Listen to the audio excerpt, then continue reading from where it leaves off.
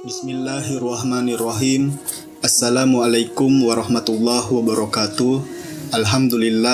Alhamdulillahillazi qad waffaqa lil ilmi khaira khalqihi walit tuqa.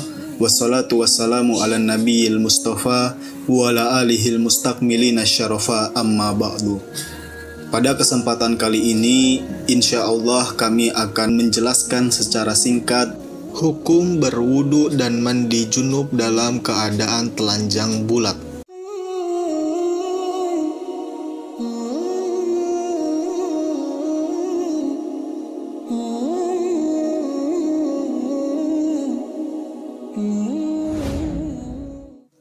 Wudu merupakan salah satu syarat sahnya sholat.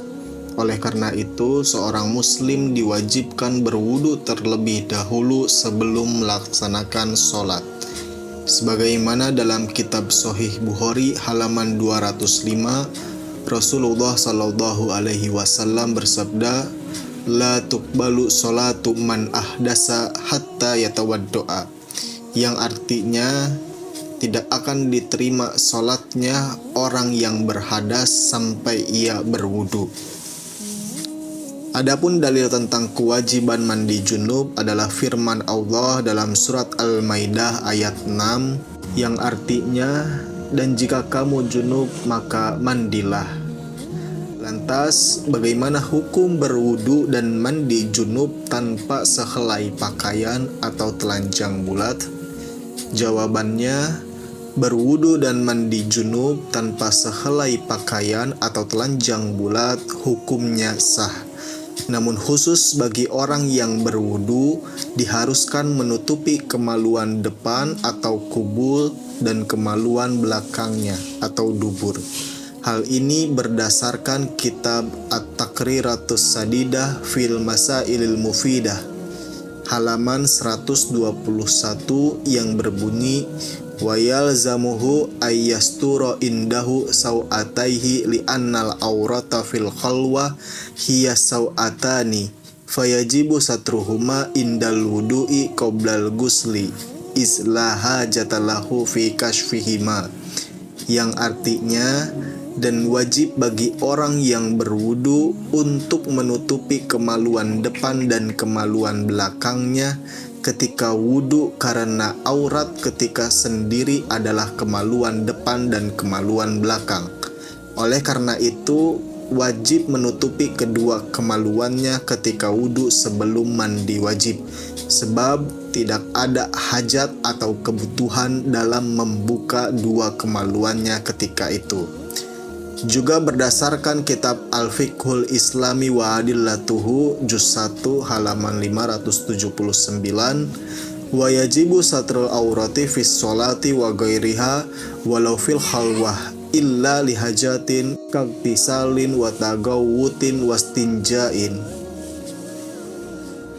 yang artinya wajib menutup aurat di dalam dan di luar sholat meskipun dalam keadaan sepi atau sendirian, kecuali karena ada kebutuhan seperti mandi, buang air besar, dan cebok. Kemudian menurut Az-Zarkashi, sebagaimana yang tercantum di dalam kitab Nihayatul Muhtaj juz 2 halaman 6, qala Az-Zarkashi, "Wal auratul lati yajibu satruha fil khalwah as-sawatani faqat minar rajul wa ma baina surah war rukbah minal mar'ah," yang artinya, Az-Zarkashi berkata bahwa aurat yang wajib ditutup ketika khalwat atau sendirian adalah dua kemaluan saja bagi laki-laki, yakni kubul dan dubur, dan antara pusar dan lutut bagi perempuan. Diterangkan pula dalam kitab I'anatut Thalibin juz 1 halaman 137 yang berbunyi, "Wajaza takasyufun lahu ay lil gusli fi khalwatin aw bihadrati man yajuzu nazruhu ila auratihi kazaujatin aw amatin wasatru afdal wa haruma in kana sama man yahrumu nazruhu ilaiha kama haruma fil khalwah bila hajatin wa halla fiha li adna gorod," yang artinya boleh membuka aurat atau telanjang bulat ketika mandi karena khalwat atau sendirian, Atau boleh juga membuka aurat di depan orang yang diperbolehkan memandang auratnya, seperti istri atau budak perempuannya. Namun menutup aurat lebih afdol, dan haram membuka aurat jika di sana ada orang yang terlarang atau tidak diperbolehkan melihatnya, seperti halnya diharamkan membuka aurat ketika sendirian tanpa ada keperluan apa-apa.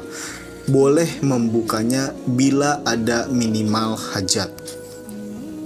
Dari keterangan-keterangan di atas dapat dipahami bahwa seseorang diperbolehkan membuka aurat atau bertelanjang bulat ketika sedang mandi sendirian atau ketika berhadap-hadapan dengan istri atau budak perempuannya, karena mandi harus meratakan air ke seluruh tubuh, dan ini tidak bisa tercapai tanpa harus membuka semua penutupnya. Maka diperbolehkan bertelanjang bulat ketika mandi. Berbeda dengan wudhu, karena wudhu tidak meratakan air ke seluruh tubuh seperti mandi, maka berwudhu harus dalam keadaan tertutup auratnya, minimal aurat depan atau kubul dan belakang atau dubur, kecuali karena ada kebutuhan seperti buang air besar dan cebok. Wallahu a'lam.